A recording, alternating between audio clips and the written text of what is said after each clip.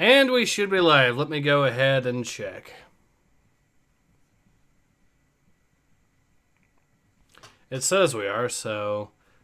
Yes, we are in fact live. Awesome. Alright, hello everyone. Ace here. Welcome to the live stream. Sorry for the delay. I had some things... we had some, there was some delays going on, we'll say. Things that I was expecting to get done quickly, took a bit longer than I was anticipating a bit. Hence why we got delayed by this. But in any case, I am joined today with returning guest Nathan X2000. Hello, thank you for having me on again. Thank you for being on. An actual sleep schedule. Yep. You turn your volume up there a little bit. There. Now try saying something. I said, thank you for allowing me back on again after my recent sleep schedule. That's okay. Debacle from last week. So, So today we've got a brand new comic, technically. It's going to be another Star Wars High Republic comic, but this one is a brand new comic book series called Quest of the Jedi. It is apparently a one-off, so... when we finish with this issue, we should be done with this as well. So it's a one-off, so figured we should see just in case. It's got a new writer called Claudia Gray. I have not seen too much of her work, admittedly. From what I understand, she's fairly new. Yes. And it's also Dark Horse, so who knows? Yeah, I mean, to be honest, the cover art at the front looks pretty decent. Looks like some weird new aquatic monkey race they're fighting against. Indeed. Although, to be honest, I'm glad Kevin Scott's name's nowhere on the project, so... yeah, count my blessings there. That's usually a good... or at least that's a decent omen. Oro says, delays can be solved with explosives, chainsaws, and by asking Nathan to troll time itself. That is probably the most brutal and effective method. So yeah. I'm so sorry for Rose. The amount of times I've trolled him on Osmo's Discord. Terry says, I am the only. I'm not sure what you're in reference to, but okay. Anyways, in addition to that, I might actually end up, we'll see about this, but I actually found out about something and might have potentially helped a piece of media from becoming lost media. We'll see if that is the case or not. And it happens to be a comic book as well. Ooh. If it is What's it for? Huh? I said, what's the comic for? Like, is it a Star Wars comic or? It's not a Star Wars comic. It's a comic that was made as a promotional material for a video game that came out. And the video game itself is a post-apocalyptic setting. Oh, nice. It's also a very... well, we'll see if it actually is... if I was actually successful and all that, and the comic is preserved to be fully able to be read. And if it is, who knows? I'd be actually interested in trying to do a live stream of that, if that is the case. Because I happen to be a fan of the game in general, in particular that it's set in, and it's a... well, let's just say it's one of those games that now people are starting to notice because it kind of had some accurate predictions, we'll say. Oh, no. Oh, no, it's not one of those. What? It's not one of those games that people were... like, back in the day, people were like, oh, you know, how ridiculous, you know, the future will never be like that, you know, the future can never get as ridiculous as that. And then it happens, and then everyone just kind of replays the same game with a very sort of, well, this hit's different now that everything it said is true. Yeah. Fortunately, we didn't go quite the way the game went, because the game, like I said, is a post-apocalyptic setting. Alright. You fucking look at Detroit and you tell me that is not a post-apocalyptic wasteland.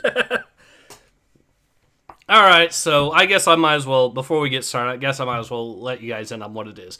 So, I found out the game in question is called Battle Tanks for the N64. It also got a sequel, Global Assault, also for the N64 as well as the PS1. And here's the setting for battle tanks. It's a post-apocalyptic setting that was caused because a pandemic started, which caused the governments to panic and issue lockdowns, and then started setting up pandemic camps, and that pissed people off, and they started resisting the government, and then it caused riots, and then eventually a civil war to break out, as well as fighting between other countries, and then nukes were deployed. Oh. Yeah. Starting to see why people are starting to say "holy shit" on this game. Do you reckon they're gonna be pointing to that game as much as people point towards The Simpsons for like predicting the future? I'm not sure if they'll do it that much, but they might. But who knows? I am already starting to see it a little bit. The game's also kind of based as well.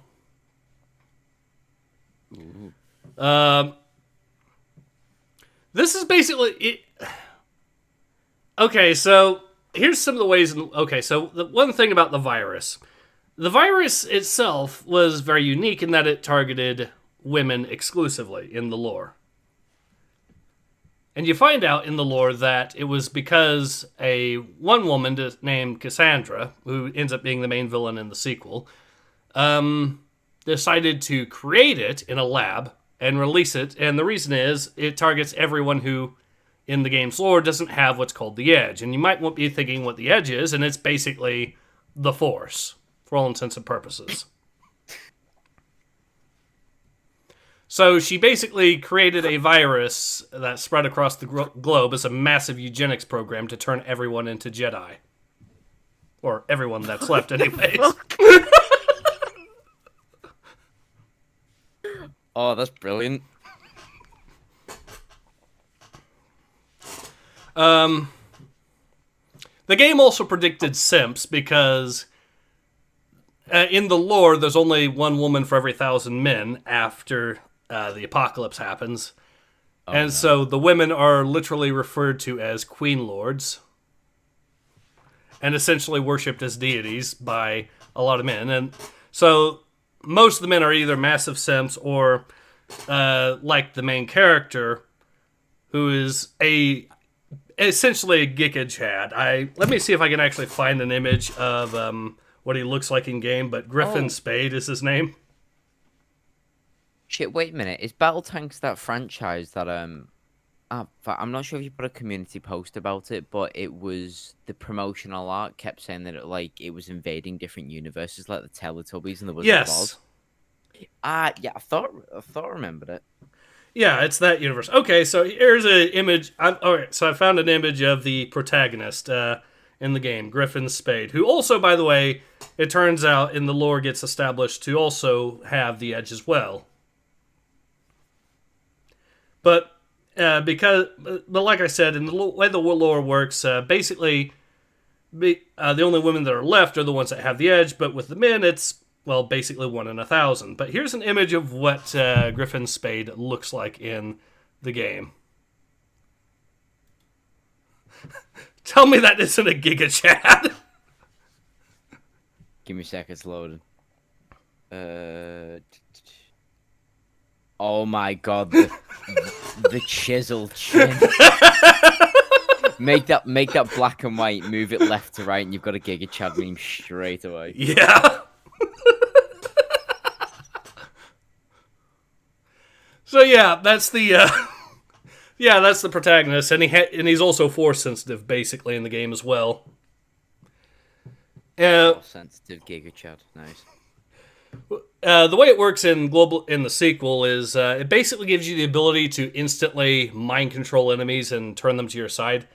And by the end game, you can basically do this to half the entire map instantly in one go. Of course, if you've got force abilities, why not abuse them? Yeah. So yeah, that's the that is the lore of the game in a nutshell. The artwork is also definitely the artwork is definitely interesting. So the the various factions in the game are referred to as gangs, and you've got different versions. And you've got some really weird ones too. Like you basically have one gang from Germany that's called the Nuclear Knights that are basically feral ghouls from Fallout, but also cyborgs as well. The fact that the game is based on tank warfare, and the moment you said, "Oh, there's a gang from Germany," my heart kind of went into my throat. Then it goes, "Oh no, Ace." Yeah, they're called the Cold Warriors. What? Oh, okay. I thought the theme was going to go in a completely different direction there. Yeah, on that subject, you want to know what the Cold Warriors actually look like in the game? Educate me, please. Just in case you thought it wasn't going to go into that direction. Oh no, it is, isn't it?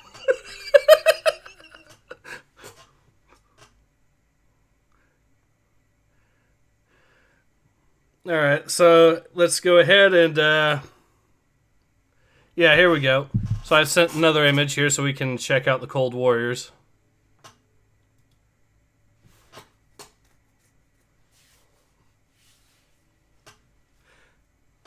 Whoa, hang on. The one on the left looks like an orc.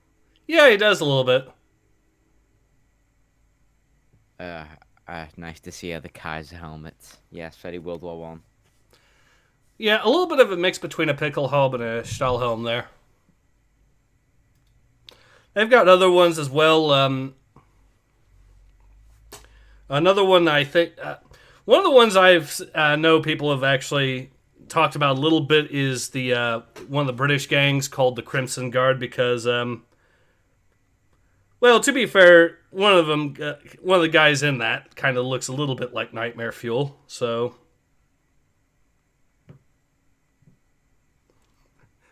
Apparently, JonTron ended up playing the game, and that became a meme because of that.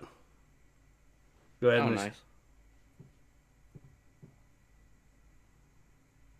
Here we go. Oh my fucking god! I've literally just looked up the image. Holy shit! You saw it already? I don't know which one out of the three of them is more Nightmare Fuel. I'd say it's the one on the left that generally gets considered the Nightmare Fuel one. I don't know. The lanky one on the right looks like some fucking Mandela catalog looking abomination, like some alternate, just stretched beyond recognition.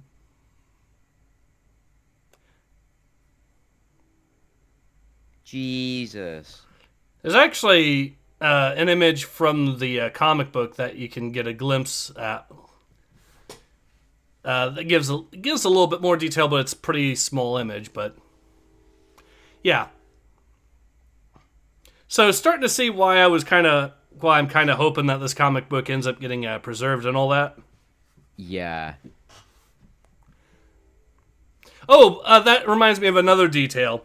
Do you want to guess who the main villains in the original battle tanks are? Is it the French? No. The original battle... okay, so the gangs I just showed you, the Cold Warriors and the Crimson Guard, are from the Global Assault sequel, which does go into Europe. But the original game only goes into North America. And yes, there is a French gang, by the way. It's called the Les Miserables in the sequel. Yeah, I know. Only because I just saw the reference image as I was scrolling through the Britbong ones. Okay. So who's the villain?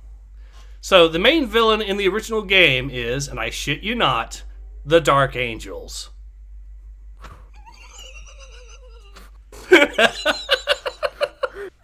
Wait, hang on. What nation do the Dark Angels belong to? Or are we talking like the Dark Angels? It's a doomsday cult in San Francisco that rules San Francisco in the first game. Oh, okay, fucking hell. I thought GW were ready to fucking pounce on that one. Yeah, it's a doomsday. It's like fucking Lionel Johnson. I awoke, motherfuckers.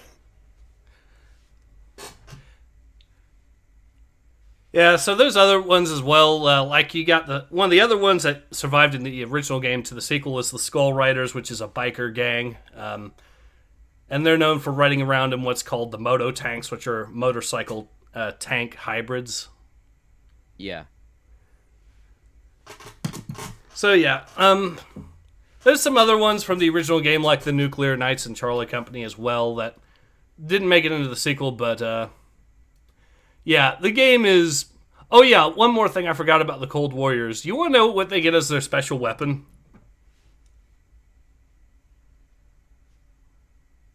Is it something to do with gas? No. They get a 1 in 5 chance of spawning with a nuke. I'm sorry, how's that not overpowered? Well, it's a 1 in 5 chance, and the nuke damages everyone, so it's a mutually assured destruction option. Okay. Although, there is actually 2 ways to avoid it. The first, you have tunnels that you can go underground into and escape the blast that way. The other way is you can pick up teleporters and just teleport when the explosion goes off. Oh.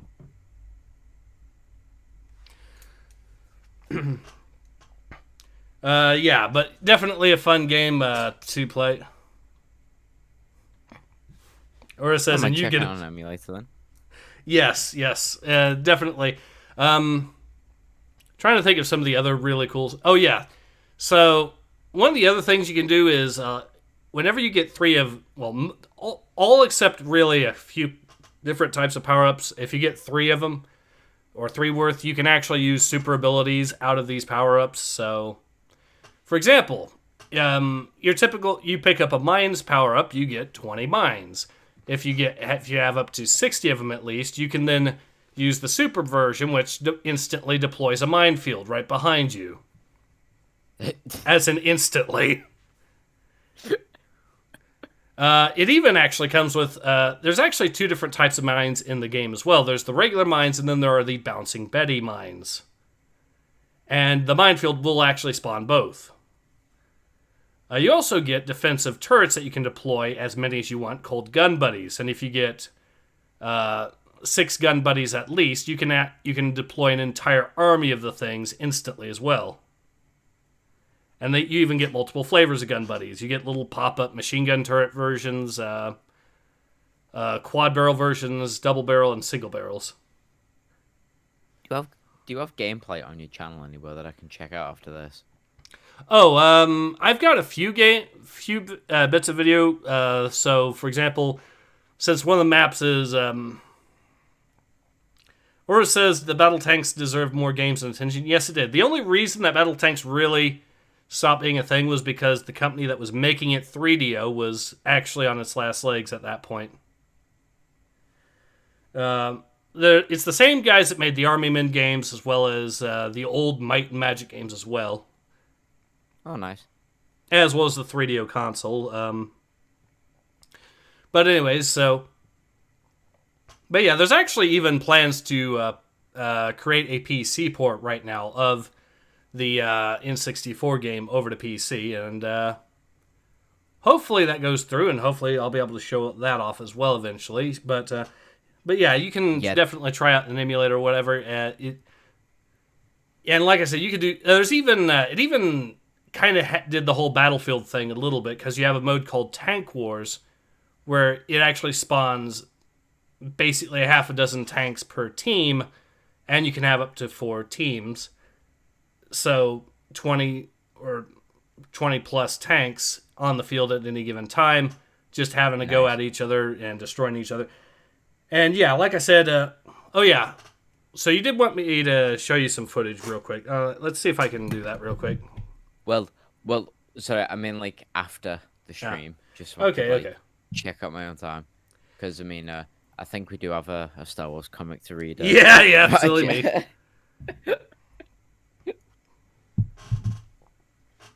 Yeah, no, that'd be good. Like, putting it to the PC would be definitely good for preservation.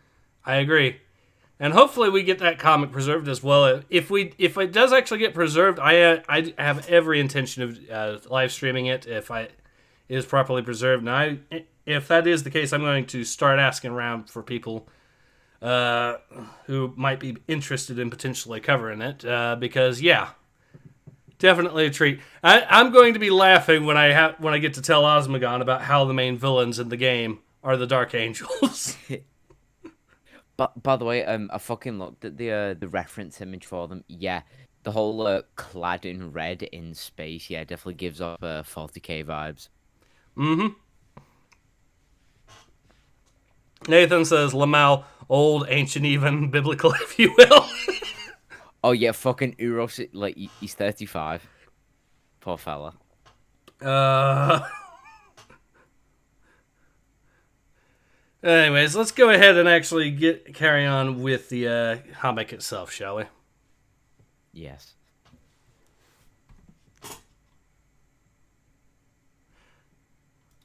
Alright, so let's go ahead and jump into it. The Jedi Temple, Coruscant. I don't know who these characters are, so I guess I'll voice the one on the left here. Placing crystals, it is one of the darkest duties of a Jedi. I hope that one day we will be able to do for all who have fallen. But we shall remember the sacrifice of Master Zala, young Kevmo always. Remembrance alone cannot be enough. We all want answers, but Alzin, promise me you'll be cautious. I am always cautious, Master Vin. The Council has sent Jedi to the farthest reaches of the frontier in search of answers, but I believe there is one place we have not searched thoroughly enough. And where is that, Alzin Rel? The past. Something tells me I am always cautious, Master Vin is foreshadowing straight off the bat.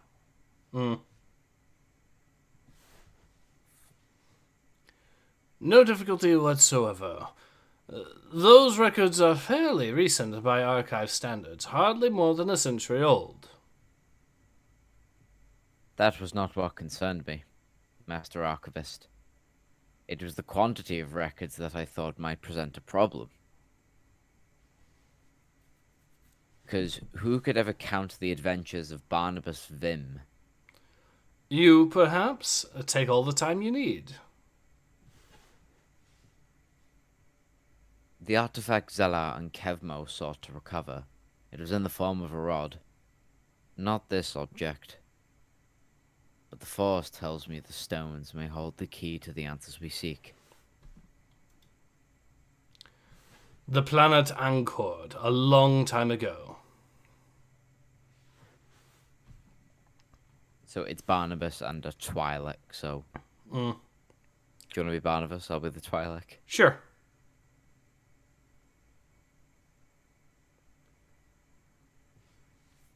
I think that would be you starting off then. Yeah. How are we supposed to find a Force artifact here, Master Vim? They should have sent somebody with gills. Don't tell me you've lost your breather again. Before I answer that, does this mean we are going to be underwater the whole time? No need. Vix Ancord is only inhabited on its land masses. What land masses? We'll be in sight of the archipelago within minutes. Those few small islands have supported a kingdom for centuries. How many Force artifacts can a few small islands have? Just one, but it may be the most important of our quest. Legend says Ancord has long been the home of a gem capable of amplifying connection to the Force. In the days of the Sith, it was hidden here to prevent its capture from the evil Sith Lord Dark Ravi. Since then, the gem is rumored to have sustained the islands. Legend says? Why didn't we just call ahead and check? The planet has fallen silent these many past years. Anchord is so small, no one realized that its inhabitants no longer called the outside galaxy. Do you think they're all gone? Or dead? Padawan, do you not feel it, this disturbance in the Force? Yes, Master, but what I sense is not the absence of life. No, what has happened here, I suspect, is far stranger. Their silence is most ominous. Is it just me, or are you starting to get a hint of 40k vibes from this too? Yeah, I mean, like, big, massive space cathedral, the planet has gone completely silent. It kind of reminds me of the first Tyrannic War, when the Mechanicus basically went down to, I forget the name of the planet, I think it might have been Tyran or Tyran, where they checked the black box of, like, the underwater base and realized that the planet had not called out for anyone for like, fucking years.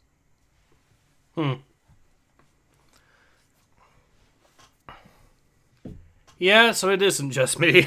Good to know. Master Vim, Anchord is finally responding. Bring up the hollow. Good Jedi, you are very welcome to this world. I am the Lady of Anchord. Long have we hoped for deliverance. We are grateful for your welcome, my lady. I am Master Barnabas Vim, and this is my Padawan learner, Vix Phonic. We come to seek and serve. What deliverance does Anchord require? I fear our world is dying. Then we have arrived just in time, good Lady of Anchord.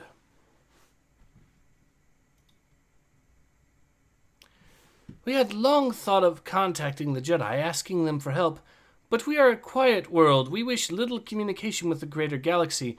We hope to find a solution on our own. Okay, this is either a cult already or something is very off with the writing. We'll see which this is going to be, because... Are you sure it's not the fact that the front cover of the fucking the comic book has the Jedi and the Padawan already fighting the Bluefish people? It's basically told us what the Bluefish people are basically going to do. You gotta love it. Gave it away. Yeah. Kind of a bit of a spoiler on that, but we'll see how this goes. Yeah. But you have failed. Nothing we do makes any difference. Our crops do not grow, the fish evade our nets, even the trees wither. It is as though the Force has abandoned us. The Force has not abandoned you. It cannot. Where there is life, there is light. Oh no. Oh no. Not that phrase. That phrase instantly causes people to cringe, and for good reason. Long-time viewers, that phrase should just, like, cause immense PTSD straight off the bat. I'm having flashbacks of seeing things like no one expects you not to feel the way you feel. Yeah. As well as Galactic Bake-Off Spectaculars. Do you know that meme of Gus Fring, like, when he's in the elevator and, like, all the grey memories are flashing behind him? Yeah, I can just imagine that when someone says, "For light and for life." So, do you want to voice this guy here? Yeah, I'll voice blue monkey fish people. The Force still stands with your pilgrim warriors, my lady, and so it stands with you.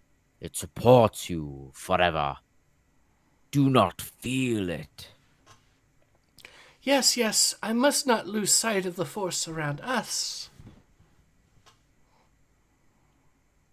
How are the pilgrims doing that? Only the Jedi have such powers.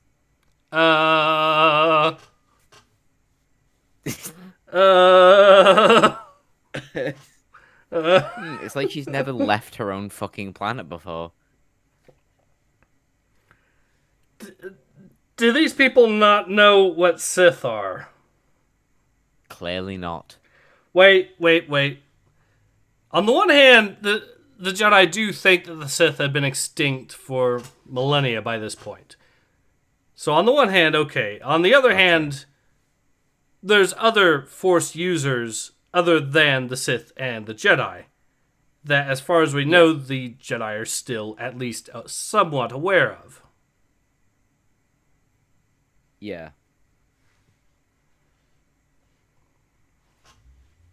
But I mean, still, they count the Sith as Jedi, you know, like, they've got records of them, still. So maybe that's what they're thinking. But still, that doesn't quite make sense, because there's other characters who are clearly not Jedi that the Jedi know about that were Force sensitive. But then again, who's to say this is the actual Force? Yeah.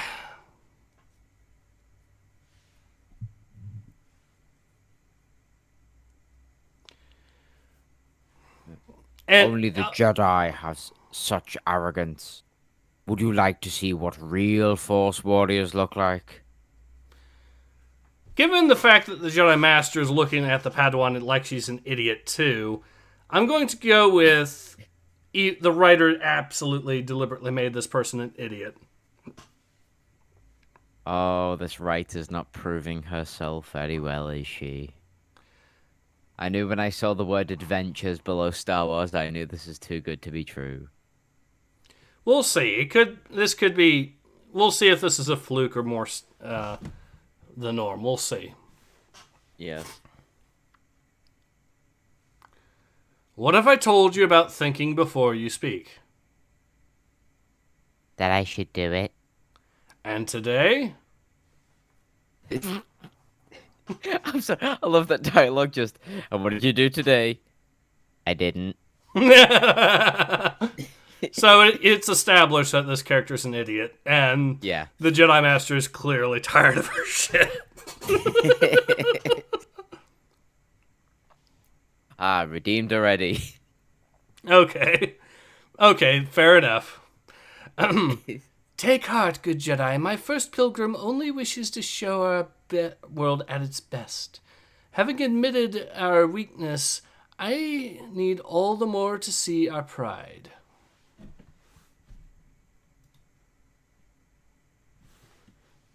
You wish to see what the pilgrims of Ancord can do. How the Force has honored our planet. Then behold, we can use our powers to defend our lady, but we can also use them to delight her and to honor her and all our world. I'll give him that. That does take some skill there. Yeah, you'd think, being able to astrally project your leader's face into out of fucking thin air. I think what they're doing, they're actually using the local dirt from the planet itself to do it. So kind of like alchemy from Full Metal Alchemist. Oh, okay. I think that's what's going on. Oh, yeah. Oh, okay, yeah, now I can see it. Sorry, the pink sort of mist kind of threw me off. Yeah, now I get it now. Master Vim, that precision, that level of detail, could any Jedi do that? Some of the greatest masters, perhaps. But working together, synchronizing their thoughts so minutely, never have I seen the like. Okay, I'm not going to give the writer flack, but I am going to give the artist flack, I think. And there's a reason for that. So, two pages ago, you see where they were sitting? They were sitting astride the queen here. Oh, wait, hang on. Holy shit, yes. And where they are now.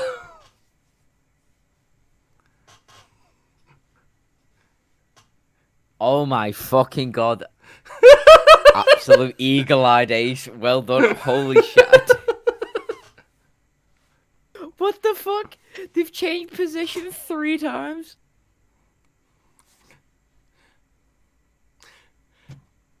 These Force users are so skilled they managed to teleport the Jedi without the Jedi even noticing. The path to the light side is what some would considered most unnatural. That said, I'm not going to give the writer flack for that. That is very much an artist fuck up.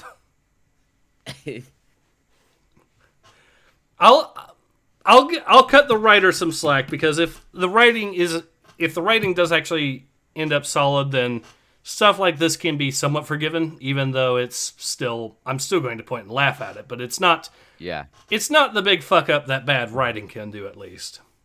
No. Anyways, did the Jedi ever teach you the trick of chair manipulation? No. It's surprise. Well, it's not a trick the Jedi would teach you, of course. At last you have seen our greatest art, the mind painting our pilgrims alone can accomplish. We must save this art, along with everything else that makes Angkor unique and beautiful and proud. Tell me, my lady, how is this art accomplished? We keep the secret close, Master Jedi, but for you, I'll make an exception. First pilgrim, lead us to the sanctum. Behold the gift of the Force. Behold the Echo Stone. I'm starting to get more 40k vibes out of this. Yeah, that looks a lot like sorry to nerd out, but that does look like the warp crystal that Inquisitor Drogon uses in Space Marine. Like a pink floating crystal with weird space energy. He's got So the Inquisition's gonna be knocking on my door in any second. Uru says Anakin did nothing wrong. Anakin definitely did nothing wrong. Ace, don't you know artists can teleport shit around without the need for reprisal or judgment? Because bullshit. Make Angkor great again. Alright, we'll go ahead and carry on. Okay, sorry, I'll repeat the Twi'lek lines. That's it. That's got to be the artifact we searched for. You came here only for the stone to take it away? This character really is a dumbass. Yeah. Why would you admit that in front of the indigenous population? I know, she's clearly British. That's why. Look, an artifact we can take back home. Fuck what these people think it's for. We'll put it in a museum. We have come in search of Force artifacts, yes, but we will not act without your consent. Why did you not tell us so before? Why should you be so secretive? Not secretive, milady. Before this, we did not know whether you possessed one of the Stones of Legend. Is that the price of the Jedi's help for our dying world, then? Our most precious possession? I promise you, milady, we will leave this world with nothing you do not willingly give. That promise is of no use to us. For they say the Jedi can warp minds. They'll bend our will, trick us into doing what they want. Hold, First Pilgrim. We will hear what the Jedi, and they will hear us. Yes, my lady. Tell me then, what I must know. What do you so fear us? Why do you so fear us? Why do you so need the stone?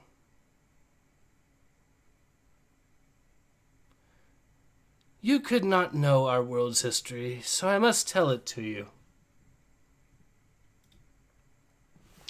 Our first settlers had wandered long through the galaxy, looking for a planet they could call home, one that would not be stolen away by marauders or corrupted by the vile Hutts.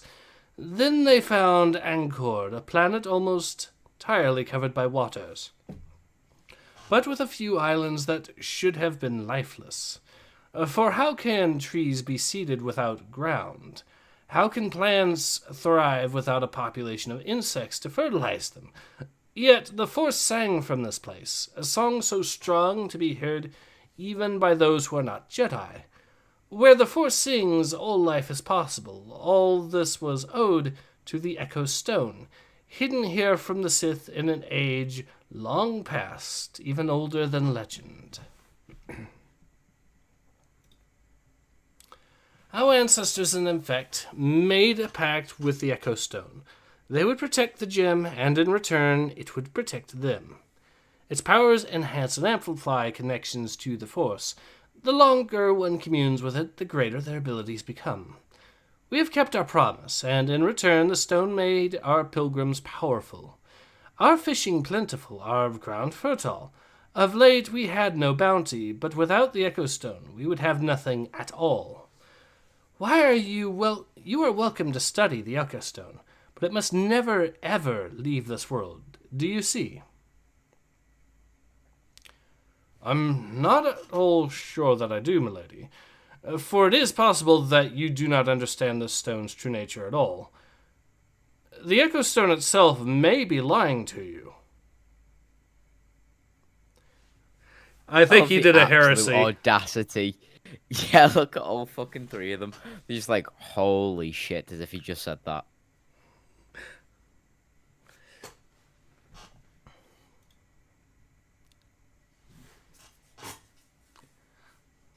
This is why we did not ask for help before, because we knew others would use our need as an excuse to steal from us. How can the Echo Stone lie? It cannot speak. If my master's warning you about the stone, you should listen. Stand down, Vix. They only wish to understand, and I am unsure of the truth here. But I sense there is more to know. More we must know. You claim How a great... quickly they got, like, super fucking surprised to immediately go hostile. Well... I reckon the stone's controlling them. That, and you also have to remember, this is a pretty insular cult, so... Yeah, true. The moment you say something that's wrong, think, well... We know what happens when you say wrong think to a cult these days. Oh my god. Space 1984. Yeah. You claim a great deal, Jedi. How do you intend to learn more? Let me meditate upon this, my lady. Give me but the chance to comprehend the stone's mysteries. I grant you that, but no more, Master Vim.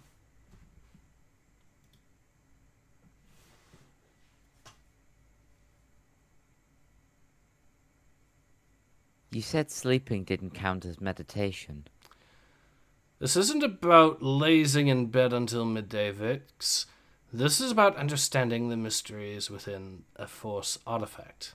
Sometimes the wisdom of the dreaming mind unlocks such secrets. You honestly believe the stone's poisoning the world instead of saving it? Perhaps. Where the stone once amplified these people's strength in the Force, now it appears to be draining it. We must have the truth.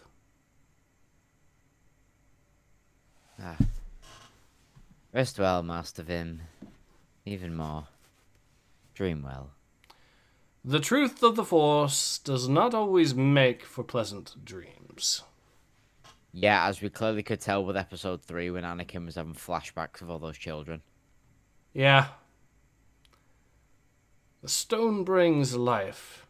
There can be no question. Why should I doubt it? Perhaps this planet, more than any other, is one with the Force. But only a fool believes that the Force brings nothing but mercy. Without an end, there can be no beginning, for the first demand of life is death. A closeness to the Force does not spare us from death. It only gives us meaning in life. Never is that meaning more clear than at the moment we die. So that is the jewel's price. And I did not see this because the jewel itself did not allow it.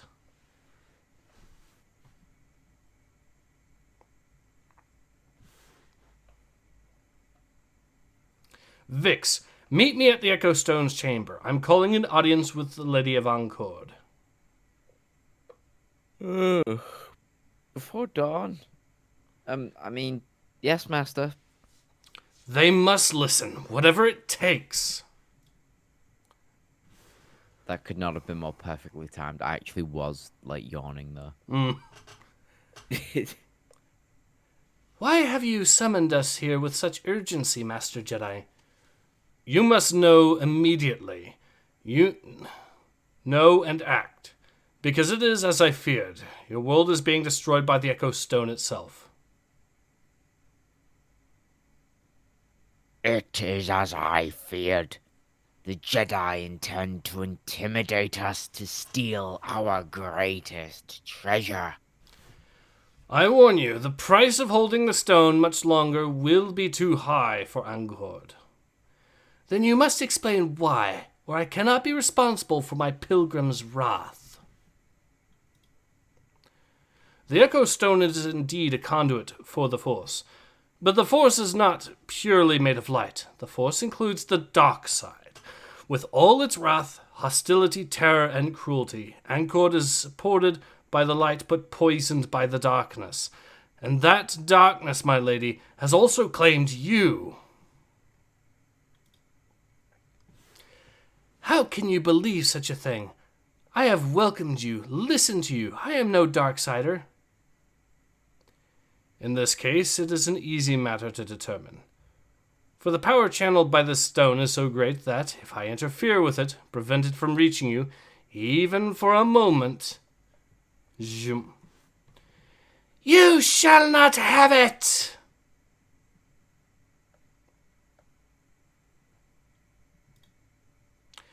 Thieves! Liars! Cut them down! Pew pew pew. Shum shum. Hold fast, Vix. I'm sorry, but the level of detail on that lady, fucking hell, that's impressive. Yeah. I like that. Agreed. Ooh. I will give him this. That kind of does make up for the teleportation earlier. Mm. Hey, it's canon now. Jedi can chair manipulate. They did say anything after the EU. Anyways, so thoughts so far on this comic? You know what? I think, to be honest, I know this comic is a one-off, so it doesn't really have time to spur, but I think they jumped to it a little bit too quickly. Maybe a little bit, but I will say this, it still manages to be head and shoulders above most things High Republic, that is for sure. Oh yeah, in comparison, it's fucking brilliant.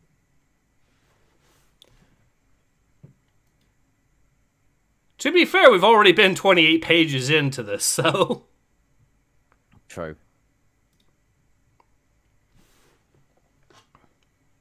Alright, let's go ahead and carry on. They're using the Force to aim. They're so quick. Did I train you to fall at the first challenge? Zoom, zoom. No, sir. For Ancord. What did the Echo Stone do to these guys? Zoom, zoom, zoom. Do we even want it? This is no longer only about the stone. This is about saving all Ancord from darkness. Zoom, zoom. Nobody's supposed to be able to defeat the Jedi. But these guys don't seem to know it. Vix, prepare your saber and shatter the stone! No!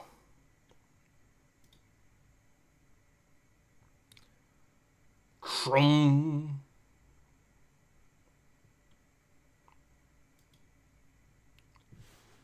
Ugh. Master, are you all right? Can, my lady, can you speak? You will find the Lady of Ancourt is more herself than she has been these many years. The stone. The Jedi have destroyed it, and for this crime they shall never leave this room. But leave they must. And they must take the Echo Stone with them.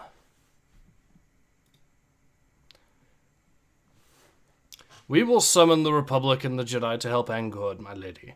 Without the Echo Stone, the planet can heal, and with assistance sustain itself.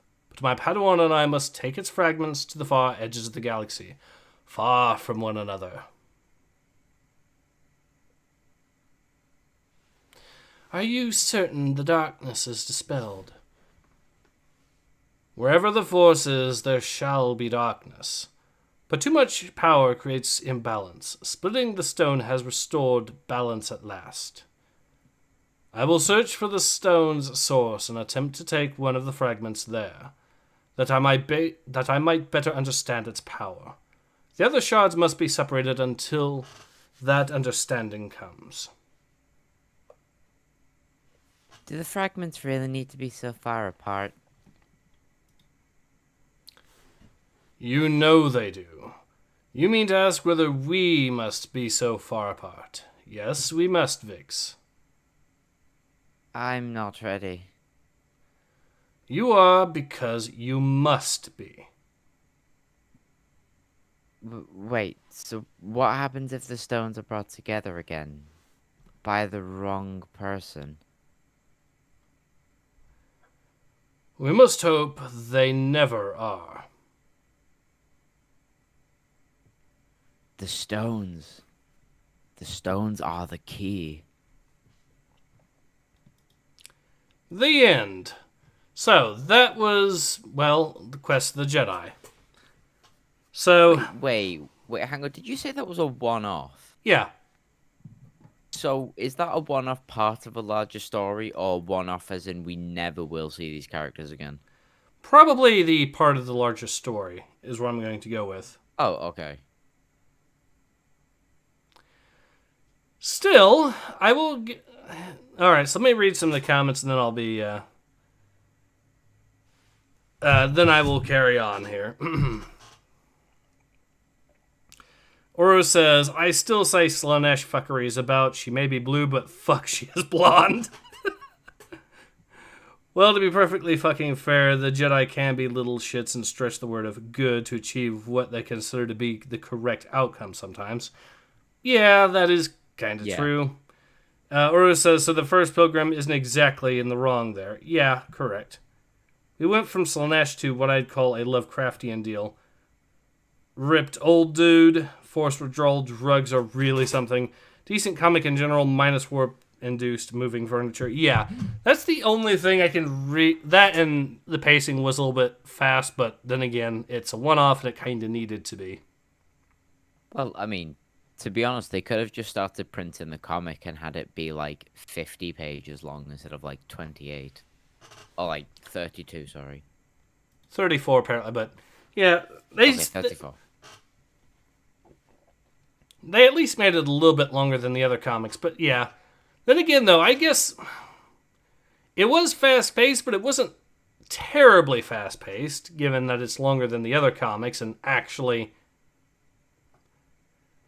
I guess the reason that we felt... I think it's a case where we felt it was moving at a faster pace than it actually was, because we were already 20-plus pages deep by that point, and by that point, typically, one of these comics is already over.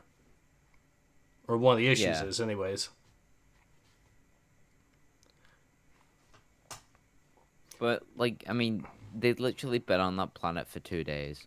Like, they'd arrived, they saw all the Colosseum shit, they then met the Echo Stone, slept, and then the next day they just started fighting straight away. Then again, though, like I said, we are dealing with a cult that was actually under the influence of the dark side, so... Aye, true. I'm actually going to say this was actually a decent comic, overall. Oh, yeah, it was. Yeah. So, hey, we actually found another comic that's actually worth reading. So, we're up to The Blade. I'd still say so far The Nameless Terror is worth reading, and this is worth reading. We found 3 decent ones, guys. Yes. Beautifully designed as well, I will say. Yes. With the one hiccup being that musical chairs moment, but everything else... Yeah. Everything else, and the pacing, but basically everything else is pretty solid overall. I'm going... Yeah, this was actually genuinely good, I think. I'd be interested to see what the larger story is behind the main dude and the Twi'lek. Agreed. Ora says we need more Dark Horse. Yes, we do. I just hope they don't give that larger story to Cavan Scott or Daniel Jose Older. Oh no, please. Please don't. Cavan Scott has some, like, dark side-ish ability where whenever someone complains about a story... Oh, sorry. Someone says, I really hope this story does not go into the hands of Cavan Scott. He can manipulate the will of the universe so that eventually the executives will hand him the story down. Probably because he donated to Kathleen Kennedy's OnlyFans again or something. Oh, if the reason they can write about cults so effectively is because they know Cavan Scott is in one with Kathleen Kennedy. Yeah. Yeah, we're probably going to end up with some lore we're probably going to end up with some fake lore with regards to Cavan Scott and Daniel Jose Older both trying to fight each other over Kathleen Kennedy. Oh no. Oh no. I can actually see that happening.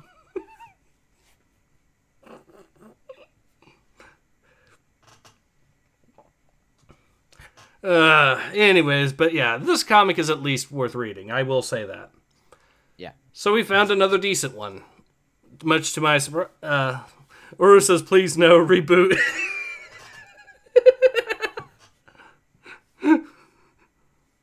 Yeah, at this point, most of what Disney has made definitely just needs to be rebooted out.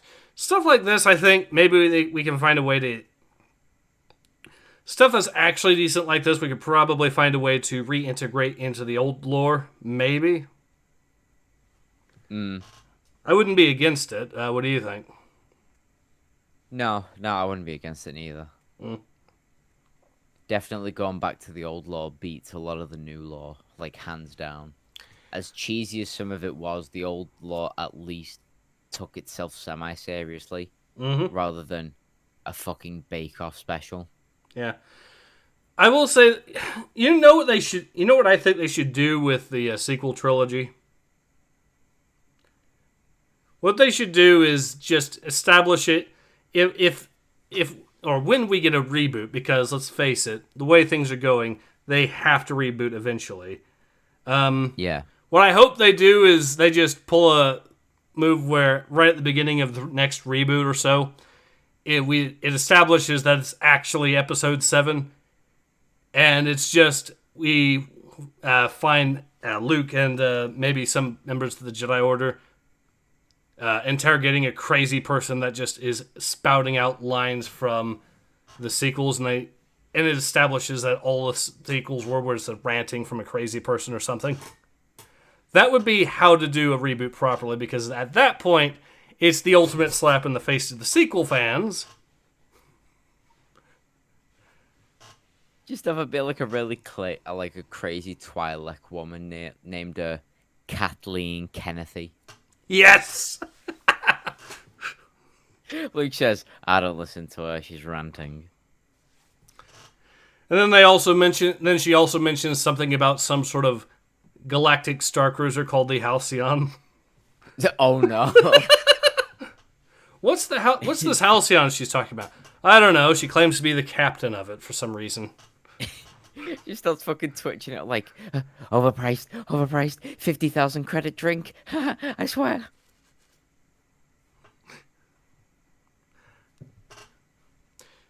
So yeah, that would be what you should do with that. Also, she at some point just shouts buckets of blood, because of course she does. Yes. But anyways, so yeah, that's how they should reboot Star Wars whenever they get around to it and actually have people that know what the hell they're doing. That's my 2 cents on that. But anyways, this comic at least is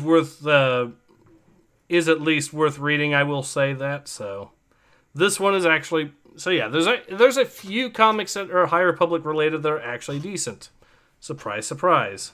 And this is one of them. But do you have anything else that you'd like to add, Nathan? I mean, nothing that you've already said yourself. You know, comic worth reading. Dark Horse, it's a one-off. You know, it's a decent one if you are into collecting these things. Agreed.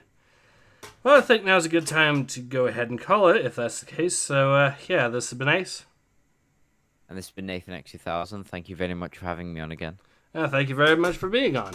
And we both hope to see you all again soon. Until then, take care. Ace out.